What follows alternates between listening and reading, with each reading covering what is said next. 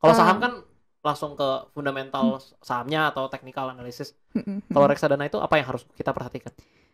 Pertama reksadana kita harus perhatiin juga ya manajer investasinya tuh eh misalnya manage-nya udah berapa juga sih AUM-nya itu juga matters Ya, karena itu juga salah satu indikator credibility lah ya. credibility lah ya misalnya AUM-nya itu udah lumayan gede gitu ya.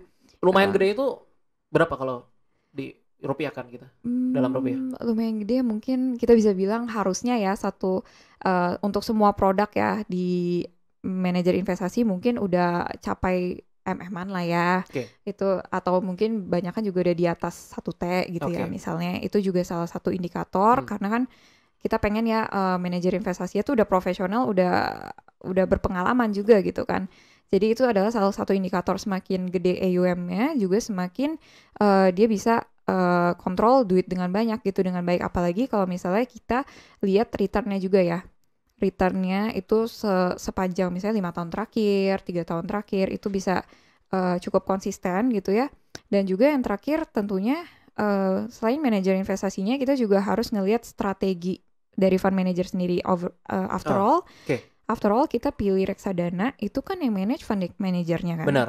jadi kita harus benar-benar kenal dengan fund manajernya, bagaimana dia biasanya berinvestasi.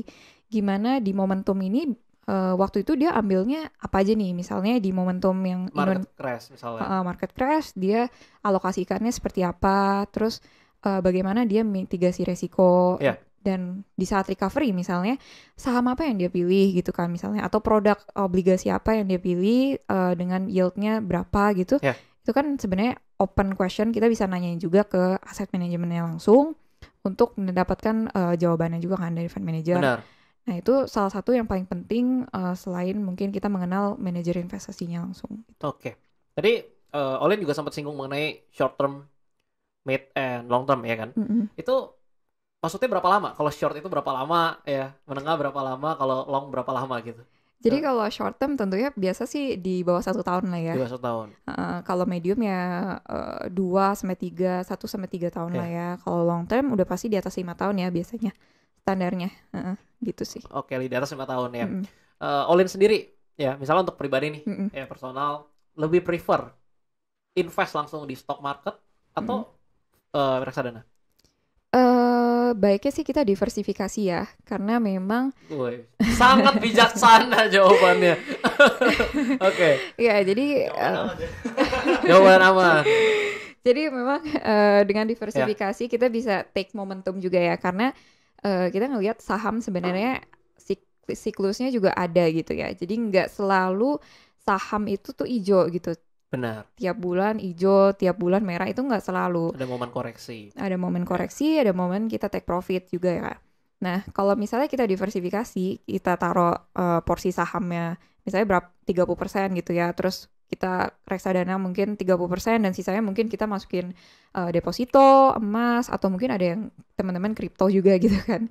Nah, itu juga bisa lebih diversifikasi. Kenapa? Karena misalnya harga emas lagi turun, ya ya, nggak sih? ya, Tapi sahamnya naik. Ya ya, berarti kita tetap untung dong. ya, Kita bisa hindarin resiko aset kita berkurang ya. gitu ya. Makanya itu penting banget buat diversifikasi juga. Tapi kalau misalnya aku sendiri, aku lebih overweight ke reksadana for now. Oke. Mm-mm. Tapi kita ngomongin Olin ini kan masih muda gitu ya dan Mm-mm. keren ya bikin report, outlook dan lain-lain ya. Jadi investment specialist di Sukor. Mm-mm. Berarti udah kenal banget lah, dekat jadi teman baiknya market lah ya. Istilahnya bisa Mm-mm. dibilang begitu. Mm-mm. Kalau yang Olin lihat sendiri market Indonesia ya, Mm-mm. kita ngomongin ya 5, 10, even 20 tahun ke depan ya Mm-mm. untuk IHSG kita. Mm-mm. Pandangan Olin gimana? Hmm, kalau buat short termnya tentunya bakal banyak volatility nih karena memang Hmm. sentimen global ya. Ya, Sentimen global, mulai dari perang inflasi, Rusia Ukraina ya, inflasi udah tinggi. ya, Terus juga bank sentral mulai naikin suku bunga ya. ya.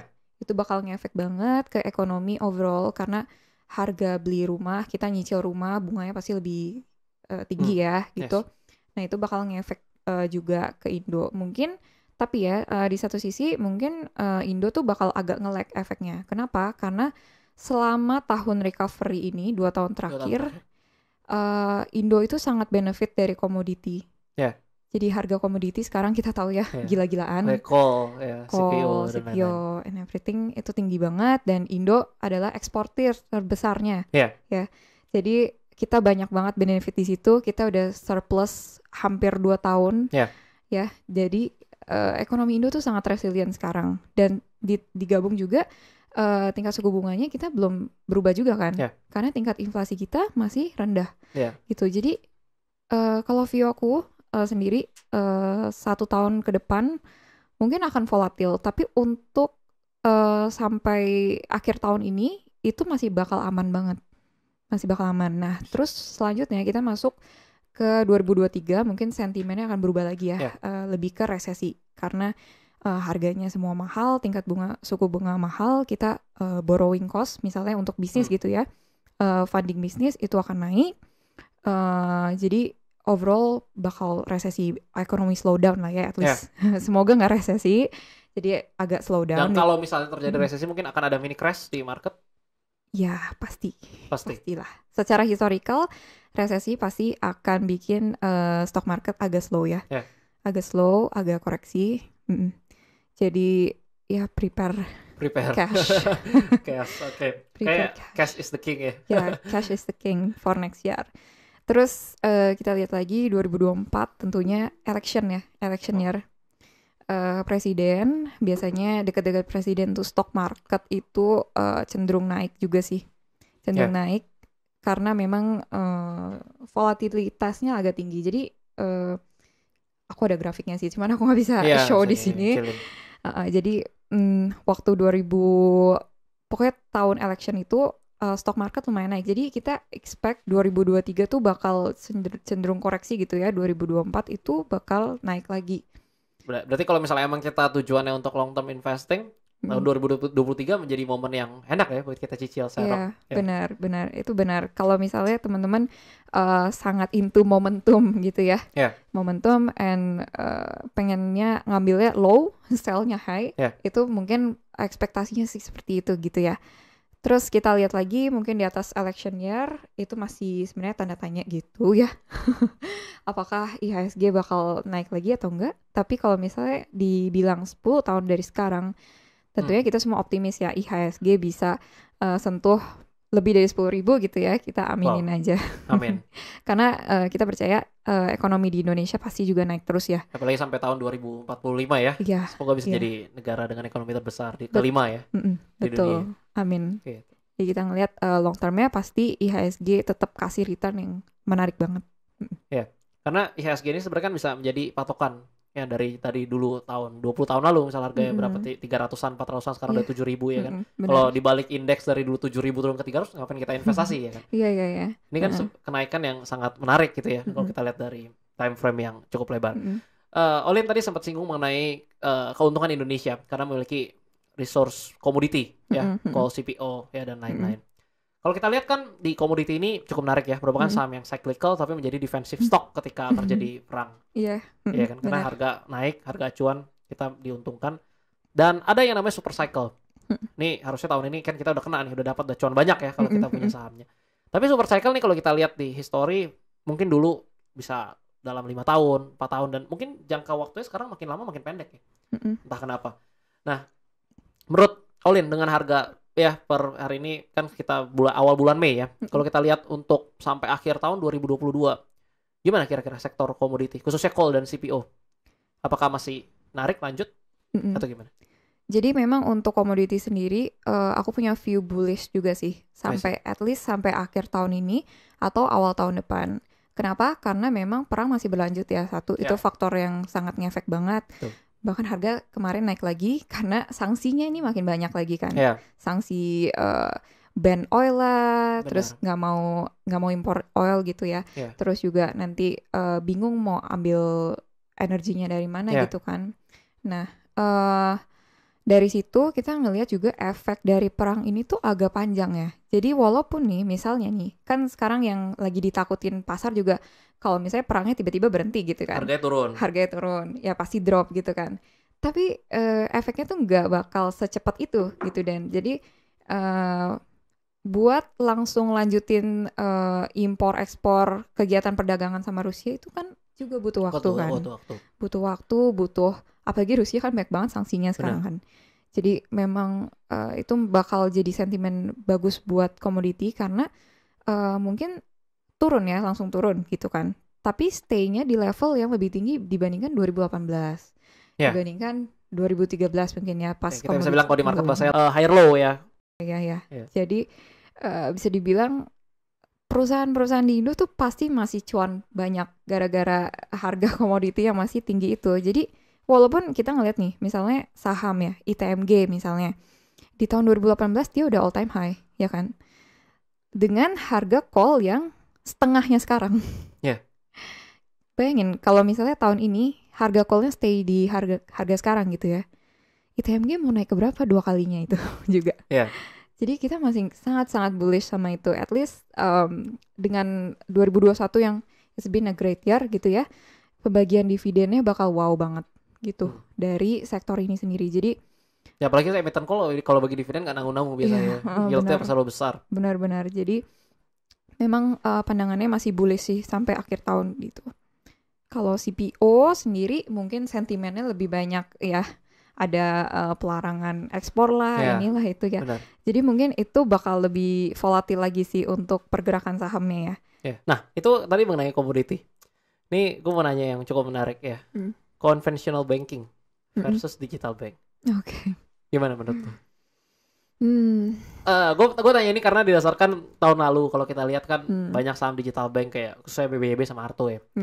Yang banyak orang invest atau trading di dua saham itu dan mungkin cuannya banyak banget. Kalau kita lihat kan di tahun ini baru berjalan 4 bulan lebih. Beda banget ya kan. Digital bank nggak dapat momentum dan hype. Conven banking mulai jalan. Gimana menurut lo? Gue lumayan old school sih kalau misalnya masalah ini ya, karena menurut gue digital banks tuh not something new ya, it's not something new. Gue udah pakai Genius dari mungkin gue lulus SMA, gue udah pakai Genius. Udah berapa tahun lalu itu? Iya udah sekitar 4 tahun lalu kali ya, 3-4 tahun lalu. Dan tiba-tiba di tahun 2021 booming gitu ya. Jadi banyak. Iya jadi banyak banget. Jadi banyak banget. Jadi kayak menurut gue kayak kok tiba-tiba booming sih? Kok bisa gitu kan? Apakah ini cuman dinaikin aja gitu hype-nya atau emang useful gitu? Jadi ya gue juga coba kan kayak apa sih benefit yang gue dapet nih? Apa sih yang beda sama mungkin Genius gitu ya? Gue pakai Neokomas, gue pakai Bank Jago gitu. Apa sih yang beda? Menurut gue sama aja semua. Kayak ya udah cepet transfernya, nggak ada biaya transfer, sama biasanya bunganya gede, ya nggak sih? Benar. Nah, kalau misalnya gue lihat sendiri, ya udah kalau misalnya benefitnya itu doang, dan gue bakal continue aja pakai Genius. Apa bedanya gitu kan? Mungkin banyak orang Indo juga sebelumnya udah pakai Genius ya. Terus apa yang bikin mereka pindah? Awalnya kan pasti bunga yang lebih gede kan ya.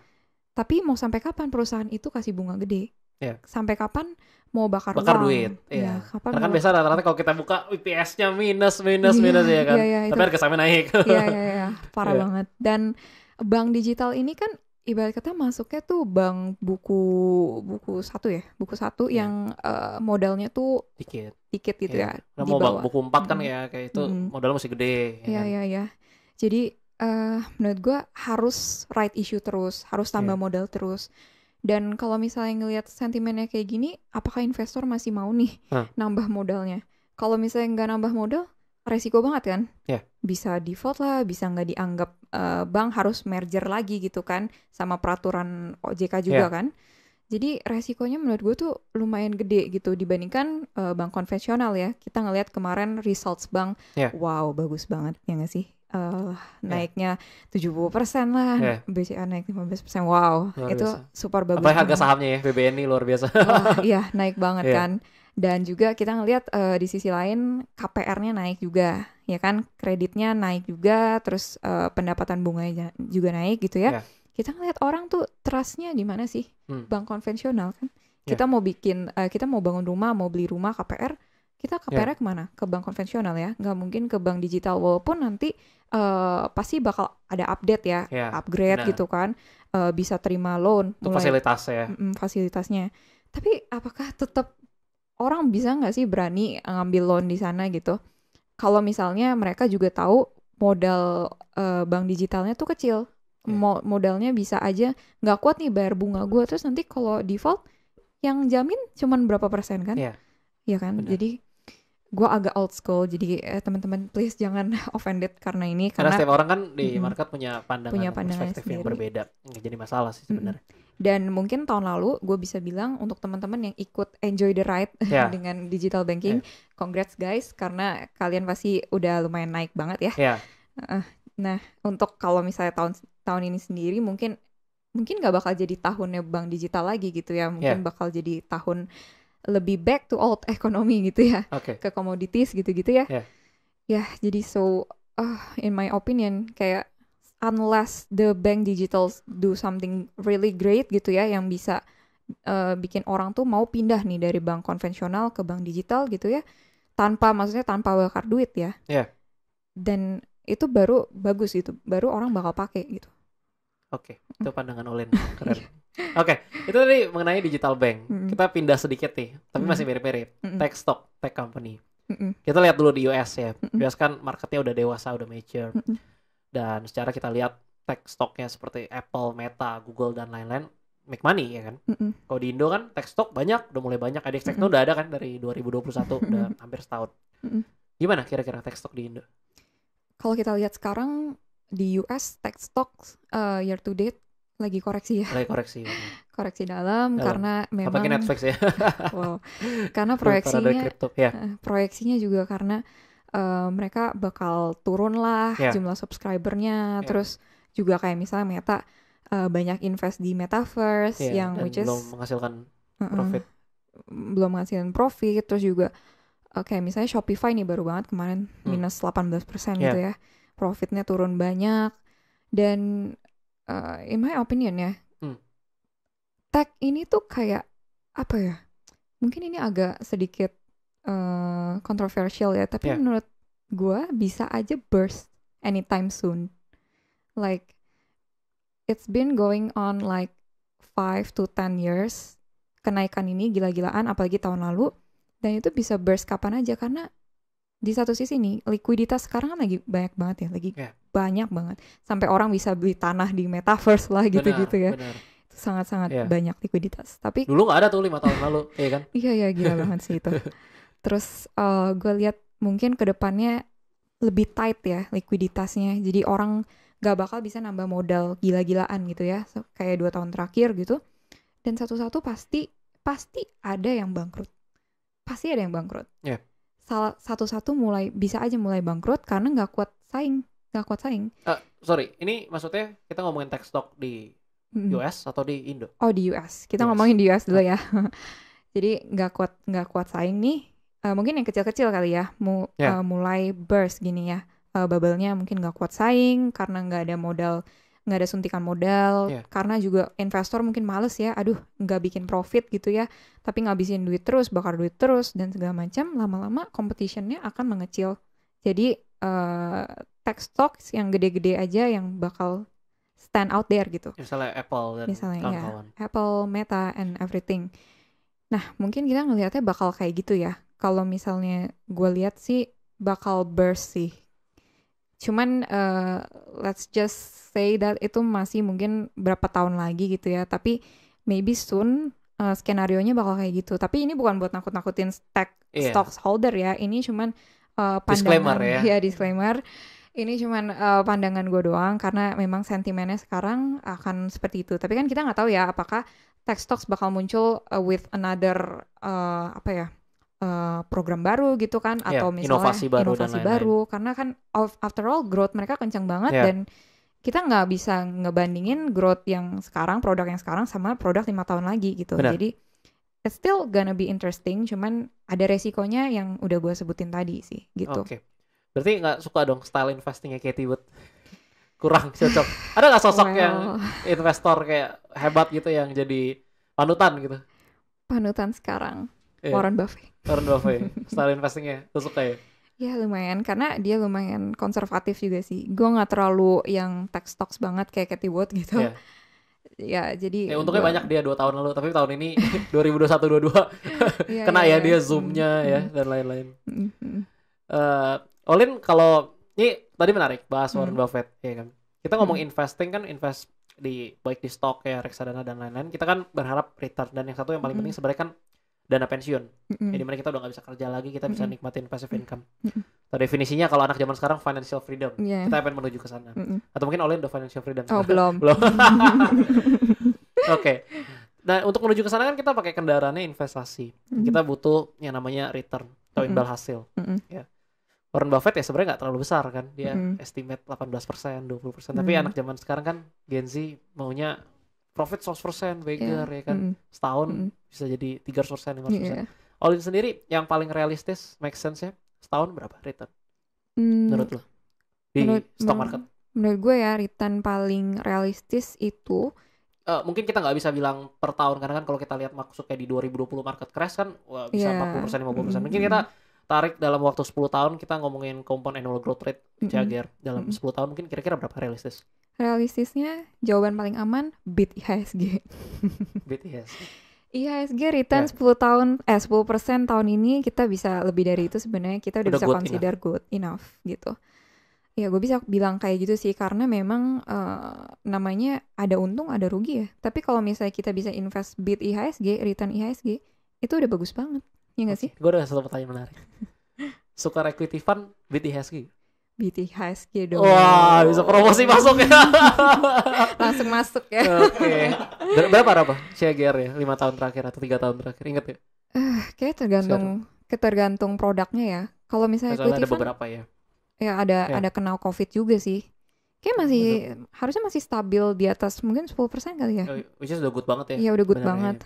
Karena memang kita kan mungkin anak muda zaman sekarang investnya masih kecil ya. Kita bisa bilang mungkin puluhan juta, ratusan juta, maksimum juga berapa 1-2 M gitu ya. Itu cuman, kecil berarti 1-2 M. Buat Olin kecil. Waduh. Boleh nonton komentar diserang 1-2 M kecil ya. Harganya mahal deh. Waduh. Jadi ya menurut gue untuk level pensiunan kita kan nggak mungkin ya cuman 2M. Kita nggak mungkin pegang cuman 1M gitu kan. Apalagi dengan hitungan inflasi ya 10 tahun. Nggak mungkin ya. 20-30 tahun lagi itu kan kayak nggak mungkin ya. Terus kita pasti hidupnya udah jauh lah dari sekarang. Kita pasti mau berharap duitnya bisa lebih gedean, lebih bisa cover seluruh expense di future di masa gitu itu ya. Makanya kita pasti kelolanya juga pasti lebih besar. Mungkin gue yakin orang-orang pensiun sekarang at least pegang 5M kali, ada nggak sih 5M? Ya untuk at least bisa untuk hidupnya enak dan nyaman lah ya. Enak dan nyaman ya mungkin 5M. Dan 5M itu tuh ngelolanya tuh susah. Nggak mungkin semua kita masukin deposito aja kan. Returnnya kecil. Terus ditahan. Kalau misalnya ada butuh apa-apa, nggak bisa. Wah ribet banget gitu kan. Makanya kayak pensiunan gitu juga kalau misalnya kita bilang return ya, kaitannya sama return gitu ya. Return di atas 10%, mungkin di atas IHSG aja tuh, dan di atas inflasi ya. Di atas inflasi itu udah super bagus sih. Udah super bagus. Karena kalau misalnya invest 30 juta gitu ya di kripto misalnya, untungnya 300%, paling jadi berapa sih? Ya, jadi kan? 120 misalnya. Oke, itu returnnya cepat banget. Dan jadi 120 juta, 120 jutanya mau invest mana? Mau kripto lagi? Ada rawan turun kan? Turun 90% 12 juta. Iya kan? Dan bisa terjadi di kripto. Iya. Bukannya kripto jelek sebenarnya. Dan itu bisa terjadi. Dan kan ini tujuannya kita bahas dana pensiun ya. Benar. Jadi kita nggak mau dong dana pensiun kita teresiko buat turun segitu banyak gitu kan. Setuju. Makanya kita bisa bilang return 15% setahun, 20% setahun, itu tuh udah jauh banget di atas inflasi, di atas mungkin return IHSG dalam setahun. Which is it's enough guys. Gak harus kalian beggar 3 kali lah, 4 kali, 400% lah, atau misalnya dari duit 10 juta jadi 1M gitu. It's not necessary guys. Jadi kayak kalau bisa bagus. Cuman pertanyaannya berani gak gitu kan punya uang kalau misalnya punya uang 1M masukin 10 juta ke kripto, koin Michin naik 10 kali lipat berani. 1M masukin 1M berani gak? Itu kan pertanyaannya kan. Gak mungkin kan duit pensiun kita resikoin masuk situ. Jadi ya paling bagus ya diversifikasi aja kayak yang tadi udah gue bilang kan. Kayak misalnya cuman berapa porsi lu masukin kripto, ya udah harapin aja itu bakal naik gitu kan. Tapi sisanya lu nggak bisa expect lu taruh kripto semua terus lu langsung kaya besok gitu. Makanya money management itu sangat penting gitu kan. Nah, makanya kalau berkaitan dengan return ini, ibarat kata nggak usah terlalu rakus lah ya. Yang penting duitnya grow, yang penting duitnya safe buat tujuan kita jangka panjang itu juga gitu. Kepo dikit nih. Kan Olin berarti banyak berhubungan dengan klien atau nasabah. Ya mungkin beli produknya Sukor. Banyak gak yang misalnya umur-umurnya udah menuju pensiun? Banyak sih. Bahkan ada dana pensiun kita kelola juga. Oh iya. Nah, mereka biasanya yang mau invest pribadi untuk dana pensiun ya. Let's say mereka punya uang berapa, udah umur sekitar ya 45, 50 gitu udah mau menuju pensiun. Biasanya mereka invest di mana? Biasanya mereka banyak investnya justru yang sangat-sangat konservatif loh. Biasa ada di pasar uang. Sekarang mungkin stable fund ya. Ya, yang paling aman. Stable fund. Biasanya mostly ya RDPU gitu ya. Itu sangat banyak banget yang mau masuk situ gitu. Justru mereka mau maintain uang mereka supaya tetap di sana gitu, tetap ada duitnya gitu. Karena kita ngelihat stage hidup kita kan juga banyak ya. Jadi misalnya umur kita nih, umur kita sekarang, dan kita kan 20-an lagi pengen kumpulin duit. Jadi kayak gedein income. Benar. Terus juga banyakin uang lah intinya. Terus nanti misalnya umur 30-40 kita udah mulai mikir menjaga gimana aset kita. Terus nanti sisanya gimana kita mau distribusiin aset kita. Benar. Gitu kan. Jadi ya memang kalau misalnya udah mau umur-umur pensiun tuh udah paling udahlah nggak usah aneh-aneh gitu. Mereka tuh pasti semua kayak gitu, dan gue percaya juga teman-teman di sini pasti kalau udah umur segitu udahlah duitnya, yang penting lu jangan ilangin duit gue gitu kan. Atau nggak pakai misalnya kita yang penting bisa return 7%, 8% udah enak kan. Bener. Passive income. Tapi Olin kalau misalnya kita lihat ya, ini agak lompat-lompat nih ya pertanyaan tadi, kelupaan soalnya. Dari RDPU atau reksadana pasar uang, itu kan ketika kita beli produknya, manajer investasi akan alokasiin dananya ke instrumen keuangan seperti deposito atau bonds yang kurang dari 1 tahun, benar ya? Nah, misalnya kita ngomongin deposito. Kita deposito misalnya di bank sekarang kita buka gitu ya. Dapat bunganya berapa sih gitu kan? 2%, 1,75 atau 2,5%, sekitar segituan lah ya kan. Kenapa kok returnnya RDPU itu bisa 4%, 5%? Atau dulu pernah ya 5-6% pernah ya? Karena memang kita ngelihat ini sih banyak trading juga ya. Jadi kan tiap hari di secondary market kita banyak ya offer. Oke, ini menarik nih. Coba boleh nggak mengenai trading di secondary market dijelaskan sedikit supaya mungkin teman-teman yang investor reksadana ngerti gitu secara konsep itu kenapa bisa seperti itu. Oke, jadi di secondary market itu basically over the counter ya guys. Kalau misalnya kalian suka dengar gitu ya, over the counter biasanya nggak ada platform kayak misalnya saham, udah gampang kan kita mau beli, mau jual, itu tinggal di satu platform IHSG gitu kan. Kalau misalnya over the counter ini lebih harus tektokan, harus kontak-kontakan nih sama broker, harus ada barang nggak nih, ada yang baru terbit, bisa gua beli berapa, di yield berapa. Terus misalnya ada juga orang mau jual misalnya deposito, yieldnya segini, tenornya segini, lu mau ambil nggak gitu kan. Kalau misalnya mau ambil, kadang ada good deal, karena biasanya orang ada yang butuh likuidasi ya, karena butuh liquid, jadi harus jual gitu. Kadang juga ada yang ya biasa-biasa aja, ada juga yang kemahalan gitu kan. Jadi nggak semuanya bagus terus gitu kan di over the counter. Nah, kalau kita misalnya dengan aktif trading, kebetulan Sukor nih aktif ya. Aktif trading. Aktif itu dalam arti frekuensinya sering ya? Frekuensinya cukup sering. Jadi nggak semuanya kita diemin sampai maturity. Ya. Jadi dengan kita ngelihat pasti fund manager kita juga ada strategi ya, gimana mereka pilih produk di secondary market juga yang bisa keep returnnya ini tuh 5% gitu. Jadi mungkin ada sell, ada aktivitas sell, ambil profit, ada aktivitas beli yang mungkin lebih murah dibandingkan produk lainnya. Jadi ini juga masuk salah satu kenapa RDPU itu bisa returnnya lumayan gede gitu dibandingkan deposito biasanya. Menyebabkan itu ya. Karena kan banyak pertanyaan ya. Orang kan kalau lihat kan katanya reksadana pasar uang simpel di mana, uang ditaruh deposito. Nah, kok returnnya bisa lebih gede gitu dari deposito. Karena juga ada campuran ya, selain deposito semua juga ada mungkin yang kayak surat utang negara gitu ya.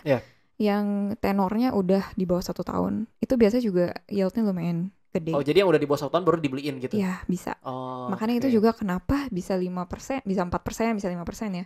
Jadi ada faktor dari itu juga. Gitu. Tapi kan kalau kita lihat sekarang SSF ya, stable fund ya, itu kan returnnya berapa sekarang? 8% ada? 7%? Kayaknya sekitar 6-7%. 6-7% ya. 6-7%. Dan secara grafik kan udah mirip banget tuh sama RDPU. Dari nasabah atau klien di Sukor sendiri, banyak gak gitu yang pindah dari RDPU ke stable fund? Atau balance? So far sih balance ya. Jadi kayak memang nasabah semuanya suka banget sama stable fund. Semuanya maunya masuk stable fund gitu ya. Karena memang cukup stabil untuk investasi jangka menengah sampai panjang. Dan untuk RDPU-nya sendiri masih banyak peminatnya juga. Masih banyak? Kenapa kok bisa banyak yang minat? Padahal kan SSF udah kelihatan lebih oke gitu. Karena salah satunya likuiditas sih. Jadi banyak nasabah juga udah deh nggak apa-apa returnnya lebih rendah dikit, paling beda 1-2% gitu kan, yang penting gue bisa tarik besok cair gitu. Nah ya kan? Ini pertanyaan tambahan kalau gitu ya. Tadi RDPU kan sekitar 1-2 hari cair, RDPT berarti 2-3 hari. RDPT mostly ya 3 hari lah. Kenapa lebih lama? Karena apa yang membuat lebih lama? Karena pasti harus ada alokasi juga sih dari fund manager, harus mungkin kalau misal ada yang redeem, biasa bahasanya redeem ya, orang mau ambil gitu ya, ambil produknya, jual gitu. Mungkin kita harus juga alokasi ini, dana yang tadinya kita udah taruh di sini, harus kita mau gimana ini gitu, supaya bisa bayar yang redeem tersebut gitu. Tapi sekarang masih oke sih jumlah cashnya, proporsional cashnya. Kalau misalnya teman-teman bisa lihat di fund fact sheet, itu kan biasa juga ada proporsinya ya. Obligasinya berapa persen, cashnya berapa persen, atau other aset berapa. Jadi itu lumayan aman juga sih. Cuman memang karena harus alokasi itu juga sih, jadi lebih lama gitu. Jadi cash itu biasa kalau misalnya ada cash sekian persen tuh yang dipergunakan ketika ada nasabah yang redeem buat bayar, buat kembaliin uangnya, buat withdraw lah ya kalau bahasanya nasabah ya. Oke. Yang membedakan, Olin kan banyak handle klien yang datang gitu mau beli produk. Yang membedakan ketika beli langsung di sana di kantor sama yang kita beli di apart misalnya gitu, di marketplace misalnya seperti Bareksa dan lain-lain, itu apa yang membedakan?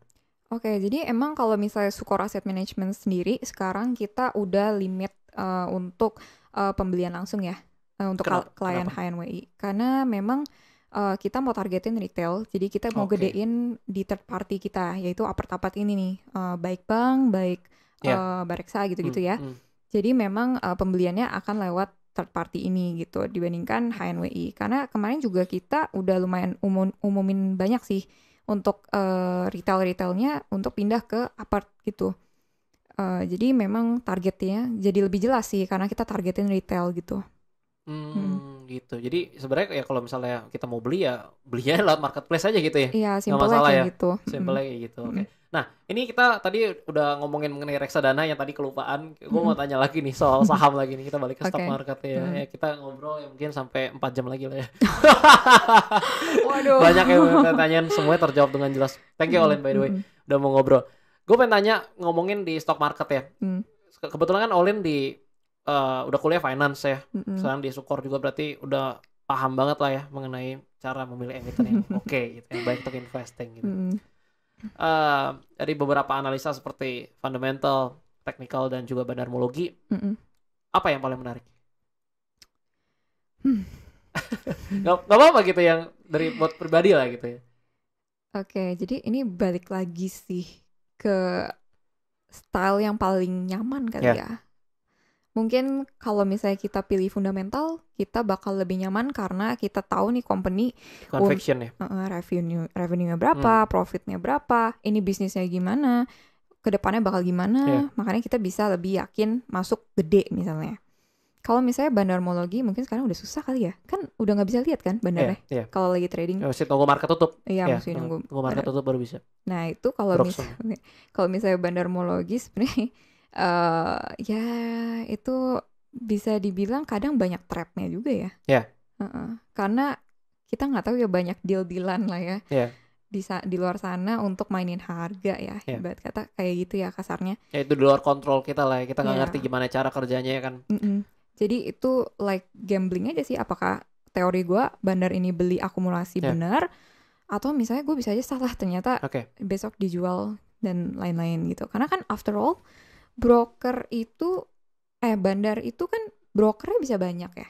Bisa pakai broker misalnya Sukor Sekuritas, bisa pakai broker apa. Jadi sebenarnya kalau ngikutin bandar Even homologi, mereka mau pakai XC itu pun bisa ya. iya, Iya. makanya kayak belum tentu semuanya tuh benar gitu kan. Belum tentu semuanya ini bandar, bisa aja retail banyak uang bisa Iya. aja beli atau gimana gitu kan. Jadi Kalau ya, foreign flow. nah kalau foreign flow agak beda. Jadi foreign juga lumayan our best friend sih. Iya. Melihat IHSG growth-nya kayak gini ya, itu juga our best friend udah masuk 50T lebih kan. Iya. Itu benar-benar gerakin IHSG banget. Nah, bedanya nih lokal sama bandar foreign. Iya. Adalah foreign kadang juga lebih pedulin fundamental. Oke. Jadi kalau misalnya kita ngeliat lokal, mungkin banyak persaingan gitu ya. Yeah. Mungkin banyak, udah kita turunin ini aja gitu. Bandarnya perang atau enggak? Bisa perang. Saya turunin aja lah ini. Dia pegang banyak, gue tahu gitu kan, terus turunin gitu. Kalau foreign mereka nggak peduli. Yang penting mereka taunya batu bara harganya tinggi, Indo ekspor paling banyak gitu. Jadi mereka masuk akumulasi terus gitu. Nah itu bedanya foreign sama yang lokal gitu. Ya mungkin kalau misalnya bandar kita bisa ngelihat dari situ lah ya kan, kita bisa ngelihat foreign flow gitu-gitu kan. Ya mungkin itu salah satu indikator yang bagus juga kadang untuk masuk gitu ya ke saham karena flow-nya juga gede gitu kan. Nah itu salah satu yang bagus juga dari bandar homologi mungkin ya. Nah kalau technical mungkin kita baca candlestick gitu ya. Biasa kita bisa prediksi kira-kira ini mau dilukisnya kayak gimana nih. Mau dibawa turun dulu baru naik atau abis ini dibanting gitu kan. Nah ini juga sebenarnya bagus buat entry ya, buat teman-teman yang entry atau exit position. Entry atau exit position, teman-teman yang mau belajar ini, mau ngerti ini, biasanya exit sama entry-nya itu juga biasanya bagus ya, lebih bagus dibandingkan mungkin investor fundamental karena nggak lihat harga gitu ya. Kalau investor fundamental pokoknya, gila ini profitnya bakal segini nih, mereka langsung beli HK misalnya, itu yang bikin harganya naik juga kan. Benar. Nah kalau misalnya yang technical mereka lebih pintar lah entry sama exitnya. Jadi overall the 3 methods itu gue bakal balikin lagi sih ke teman-teman mana yang paling nyaman gitu. Karena ya ujungnya kita bisa enjoy dan kita bisa cuan gitu. Iya benar-benar itu benar banget karena kan kalau fundamental nyaman tapi ya mungkin lama gitu kan. Kalau bandar homologi juga deg-degan kan, bener nggak nih gitu kan. Itu bikin kita lebih masuknya dikit juga gitu kan. Kalau technical ya bisa salah bisa benar gitu kan, dan itu juga resikonya lumayan gede. Jadi yang senyamannya aja gitu. Kalau all in sendiri paling banyak pakai apa? Fundamental sih so far. Oke, menarik ya fundamental. Gue tanya lagi kalau gitu fundamental.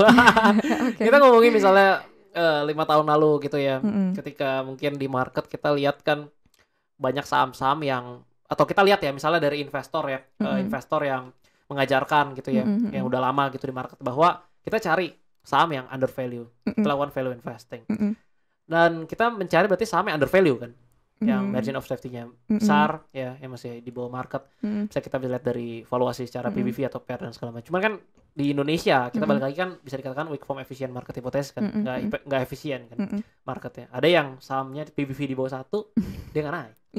Yang PBV di atas 1 atau PER-nya tinggi banget kan, 50 kali 100 kali tapi sahamnya terbang. Tapi di market kita kan butuhnya cuan, ya kan. Nah, apa yang kira-kira secara fundamental yang all-in sendiri pakai gitu untuk menghitung secara valuasi? Apakah saham yang PBV-nya di bawah 1 mungkin pasti oke atau gimana? Jadi kalau misalnya dulu kuliah kan kita belajar teori pasti PR semakin rendah semakin bagus gitu semakin kan. Terus PBV makin rendah makin bagus gitu kan. Secara teorinya benar. Iya benar secara gitu. Secara teori benar ya. Secara prakteknya tentunya masuk ke market beda. Beda lagi gitu kan. Jadi yang paling benar sebenarnya menurut gue sendiri sih, kita ikutin flow pasar. Kita tahu ini arahnya ekonomi mau dibawa gimana nih. Prediksi aja. Banyak-banyak dengerin mungkin fund manager ngomong, analis ngomong. Jadi secara makro dulu. Nih kita harus lihat dulu secara makro ekonomi mau dibawa kemana nih. Terus kita juga harus lihat ini perusahaan mana nih yang paling diuntungin gitu kan. Misalnya kayak kemarin deh, banyak cuan nih gue di saham kapal. Nah saham kapal kenapa bisa naik? Karena gimana tuh analisanya? Bisa tahu Karena supply chain-nya, isunya itu yang bikin inflasi sekarang kan. Hmm. Jadi China lockdown, terus juga banyak lockdown di semua negara, itu laut semuanya berantakan pasti kan. Ada yang nyampe harus ngantri, nggak turun-turun, terhambat and everything. Itu bikin freight cost itu naik guys. Jadi dari sana kita udah tahu nih ekonominya gara-gara lockdown seperti itu, problem yang muncul kayak misalnya kayak tadi kapalnya semua berantakan, jalurnya segala macam, harganya naik, dan kita baru lihat ke sahamnya, mana nih saham yang paling diuntungkan gitu. Walaupun mungkin secara historical mungkin sahamnya biasa-biasa aja gitu kan, tapi kan kita juga harus ngelihat future-nya gimana nih, future profit. Instead of historical doang, mungkin banyak kok perusahaan yang fundamentalnya 10 tahun terakhir rugi, tapi 1 tahun it's a big year for them gitu kan. Banyak. Including saham kapal yang kita kemarin bisa bilang turnaround stock lah ya. Yes, itu juga bisa. Jadi sebenarnya banyak banget cara buat analisis secara fundamental suatu saham gitu. Baik dari makro, baik dari perusahaannya sendiri. Historicalnya kalau bank, kita udah pasti lihat ya historical, wah gila bagus banget. Naik banget, apalagi kayak BCA, BNI gitu kan. Itu aman banget karena semua orang juga pakai gitu kan. Nah kenapa tuh BBNI, BBCA misalnya, kan banyak nih misalnya investor, banyak lah misalnya nanya sama gue juga gitu kan, misalnya kayak di DM Instagram, bang pemula nih baru kena saham nih mau invest, bagusan saham apa? Gue selalu jawab ya big banks kan, 4 itulah ya, BMRI, BBRI, BBCA, BBNI. Dan mungkin banyak orang juga bilang gitu kan, kenapa gitu ya big banks bisa menjadi sesuatu yang paling, saham yang paling oke lah di Indonesia khususnya untuk investor pemula menurut lo? Jadi memang kalau misalnya kita investor pemula ya, kita kan kayak nggak ngerti sebenarnya, bahkan banyak yang nggak ngerti saham tuh sebenarnya apa gitu kan. Bentuknya gimana gitu ya? Iya, bentuknya apa sih? Ada nggak sih fisiknya? Kita dapat fisiknya nggak sih? Dulu ada kan kalau kita beli kan kertasnya ada. Sekarang online. Iya, sekarang online lebih eco-friendly. Iya benar. Nah, kalau misalnya kita mau rekomen atau bilang ke pemula gitu ya, pasti sesuatu yang mereka tahu fisiknya gitu kan. Bank misalnya BCA, pasti yakin banget deh sekitar mungkin 40%, 50% orang Indo pasti semuanya punya BCA nggak sih? Iya. Ya kan? Kalau nggak BCA ya Mandiri, kalau nggak BRI kan. Iya. Nah makanya itu aja udah top banks kan. Mereka jelas-jelas pakai banknya setiap hari.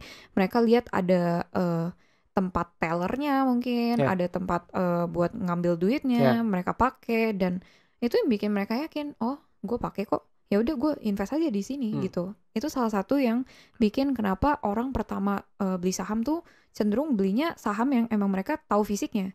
Misalnya Unilever juga, itu saham favorit semua orang gak sih? Dulu. Ya dulu. Kalau sekarang udah pada menghindar ya. 8.000 turun ke 4.000 kan gitu. Iya. Nah mungkin dari 2019 ke bawah gitu ya. Orang pada semua beli saham Unilever aja. Kita semua pakai kan, dari kalangan paling atas sampai bawah pakai semua produknya. Terus Indofood juga mungkin ya. Indomie kan ya. Indomie, siapa yang nggak makan Indomie? Udah beli Indofood gitu kan. Atau Telkom deh, Telkom juga paling Telkom, hits kan, pakai Telkom. Astra International misalnya. Nah itu adalah salah satu penyebab kenapa investor pemula tuh suka banget beli saham yang ada fisiknya, karena mereka tahu gue pakai kok dari gue kecil sampai nanti gue tua, ini produk pasti masih ada, nggak bakal bangkrut, nggak bakal kemana-mana, harganya bisa aja naik terus gitu kan. Apalagi kalau misalnya orang tuh suka banget yang ngeliat historical, harganya naik terus gitu kan, itu nih, jadi itu jadi salah satu yang bikin mereka tuh confidence gitu buat invest di suatu saham itu. Bandingin kalau misalnya sahamnya naik turun gitu kan, itu mereka pasti lebih kayak, aduh takut deh nanti turun lagi, nanti gimana nih kalau misalnya turun, kan kemarin turun. Nah orang Indo tuh banyak banget yang kayak gitu kan. Jadi makanya buat pemula pasti banyak banget yang lebih suka big caps gitu ya. Gue main narik tadi yang lo bilang kan naik terus gitu kan. Di Indonesia ya, setelah gue lihat dari 700 saham lebih gitu ya. Cuma ada satu saham yang mungkin secara grafik gak terlalu kekocok-kocok, yang konstan naik terus. BBCA. Kalau di luar negeri mungkin banyak lah ya, di luar negeri. Di Indo BBCA. Even kalau kita invest 20 tahun mungkin CAGR 100% ada kali kita setahun ya. Ada lah BBCA ya kan, 2000%, 2500% kan dalam 20 tahun bisa. Nah, apa sih yang membuat saham BBCA bisa kayak gitu? Competitive advantage-nya apa gitu? Kenapa kok bisa sampai sebagus gitu harga sahamnya bisa naik terus gitu menurut lu? Jadi BCA tuh memang kita ngelihat sebenarnya orang Indo tuh ngelihat bisnis bank itu sebenarnya trust ya. Bank kan semua bisnis trust benar. ya. Nama BCA tuh udah benar-benar di benak orang Indonesia sebagai bank yang kualitas pelayanannya terbaik. Terus juga Even satpamnya sampai terkenal ya security. Iya, security-nya terkenal banget, ramah gitu ramah. kan. Terus juga cabangnya banyak nih di mana-mana, banyak banget. accessible banget. Terus juga let's say kalau mau deposito, mau KPR, orang-orang cenderung cari dananya di mana? BCA juga kan. Banyak mungkin rate-nya lebih bagus atau gimana. Benar. Orang percayanya di BCA, pokoknya ambil di BCA, ya udah di BCA aja kalau bisa gitu.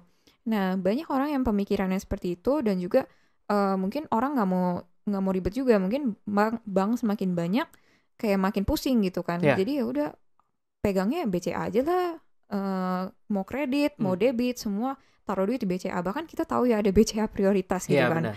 Wow, mungkin orang Indo juga mikirnya, aduh tabung banyak-banyak di BCA bisa masuk BCA prioritas. Kalian flexing dikit ya. Wow, flexing banget ya kan. Makan di restoran 200.000 bayarnya keluarnya kartunya prioritas.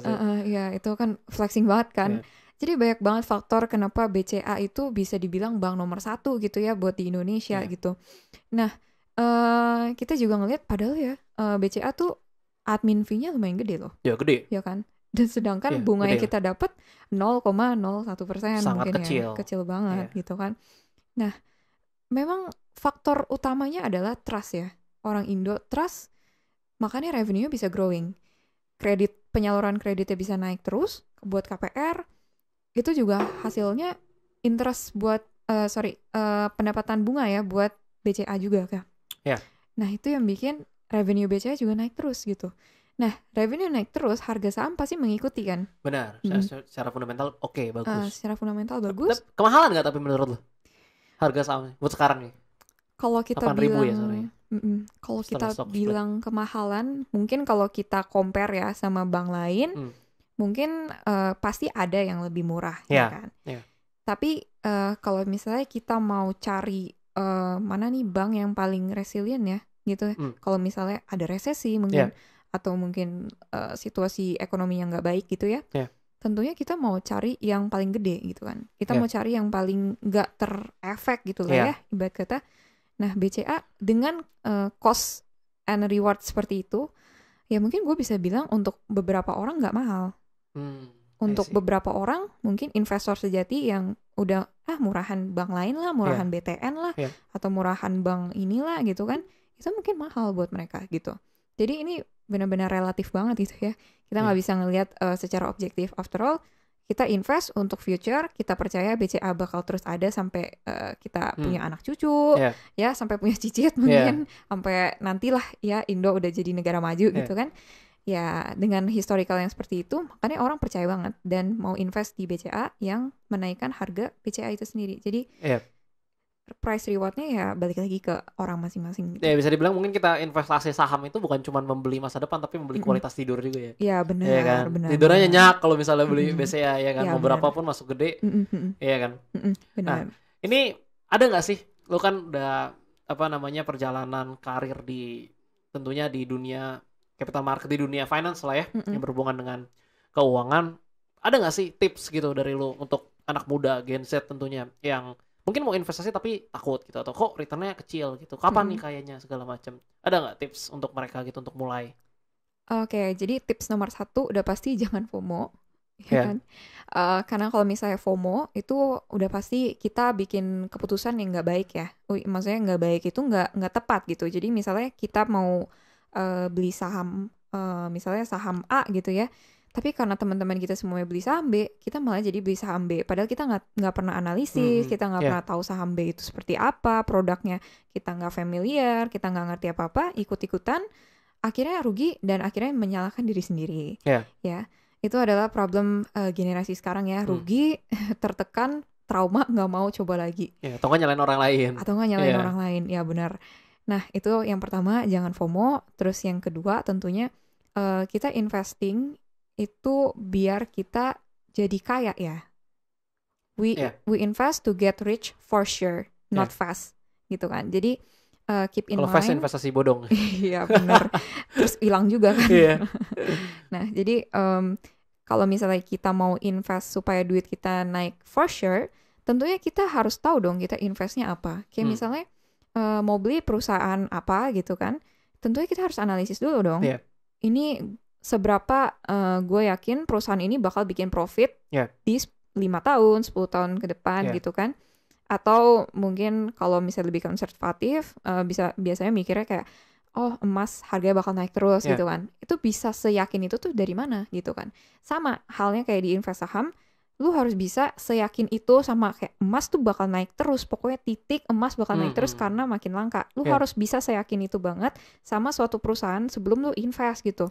Jangan sampai lu gak tahu apa-apa, lu invest, duit lu pasti hilang gitu kan. Ibarat kata, ya naik sih, naik. Tapi kalau misalnya lu gitu-gitu terus, in the long run pasti hilang duitnya. Returnnya nggak seberapa gitu dibandingkan lu invest what you believe the most gitu.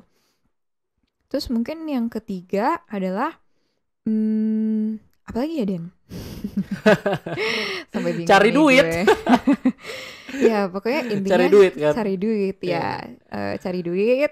Kalau nggak ada duit nggak tahu apa yang mau diinvestasiin kan. Benar-benar. Apalagi anak muda sekarang banyak kan invest duitnya ada nggak? Jadi jangan lupa juga harus bisa cari duit juga, banyakin juga income-nya mungkin supaya kita bisa investnya juga makin gede, makin wise. Jangan lupa juga dengerin podcastnya Ko Denny. Selalu panggil Ko lah, umur sama. Dan udah setahun. Lihat konten-kontennya juga dan pokoknya yang penting juga upgrade diri terus. Jadi jangan sampai puas dengan kondisi udah cuan misalnya 30% gitu ya. Atau udah beggar deh satu kali puas diri.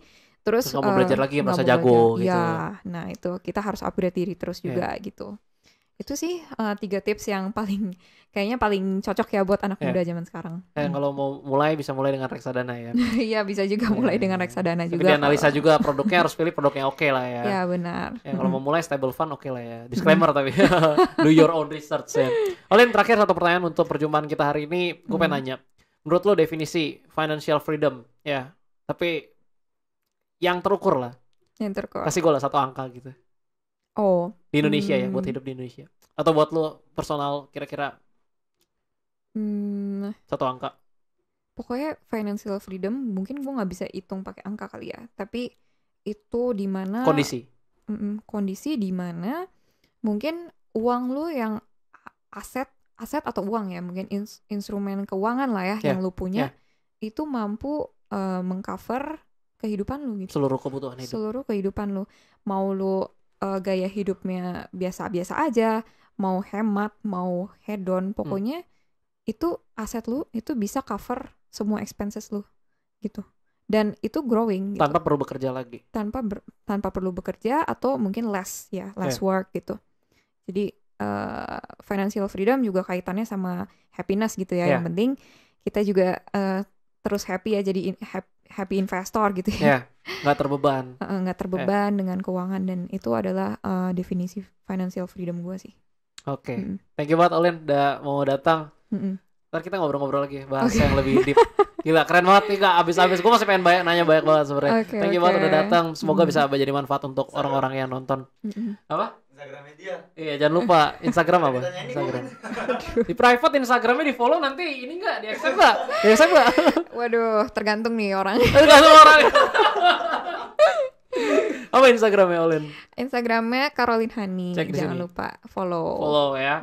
Pasang PP yang keren dulu ya biar di accept nanti. Oke, tapi udah punya pacar ya guys. Jadi jangan nikah ya tahun depan. Oke. Thank you banget Olin udah mau datang. Next kita ngobrol-ngobrol lagi. Sukses ya dan sehat selalu untuk sukses untuk karirnya juga ya, sehat dan salam juga untuk keluarga dan pacar. Sip, thank you. Bye bye.